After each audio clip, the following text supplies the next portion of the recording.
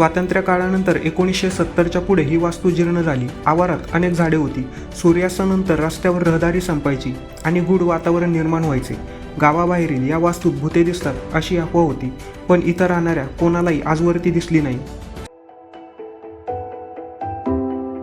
सातारा शहरातील छत्रपती प्रतापसिंह महाराज उड्डाणपुलापासून ते छत्रपती शिवाजी महाराज चौकाकडे जाणाऱ्या रस्त्यावर पवई नाक्याच्या थोडे पुढे जिल्हा सत्र न्यायालय व LIC ऑफिसच्या मधोमध एक वास्तू निश्चित दुरावस्थेत पडलेली आहे.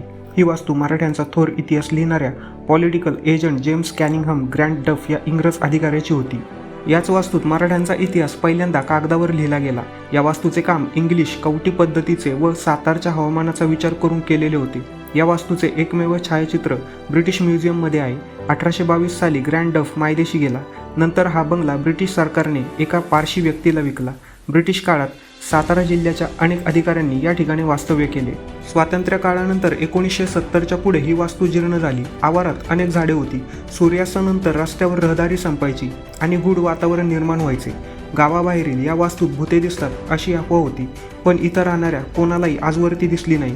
सातारा गादी इंग्रजांच्या अधिपत्याखाली आली. गणेश खिंड खडकीच्या लढाईत ग्रँटने केलेल्या कामगिरीमुळे त्याची छत्रपती प्रतापसिंहाचा साताऱ्यातील पॉलिटिकल एजंट म्हणून नियुक्ती झाली. त्यावेळी त्याने हा बंगला बांधला. सातारच्या कारभारात तो जनमानसात लोकप्रिय झाला.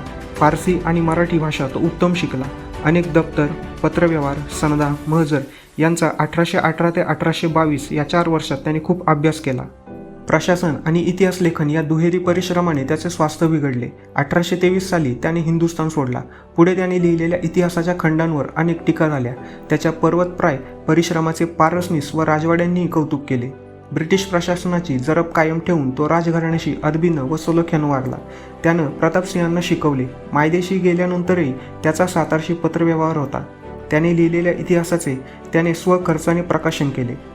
छत्रपतींनी केलेल्या कारभाराचे त्याने भरभरून कौतुक केले. हा पत्रव्यवहार 1835 पर्यंत होता. ग्रँट डफ नंतर जॉन ब्रिग्ज, रॉबर्टसन, लॉड्रिक यांनी सातारचे रेसिडेंट म्हणून याच वास्तूत राहून काम पाहिले. कंपनी सरकारने बनाव करून छत्रपती प्रतापसिंहावर आरोप केले. राजाच्या बाजूने दाद मागण्यासाठी सय्यद मीर, रंगो बापूजी ही मंडळी लंडनला गेली, पण अखेर सातारचे राज्य इंग्रजांनी खालसा केलेच. या वास्तूचे सातारच्या इतिहासात महत्त्वाचे स्थान आहे. ही दुर्लक्षित वास्तू आज झाडाझुडपांच्या आणि तळीरामांच्या भक्ष्यस्थानी पडली आहे. ही मोठी शोकांतिका आहे.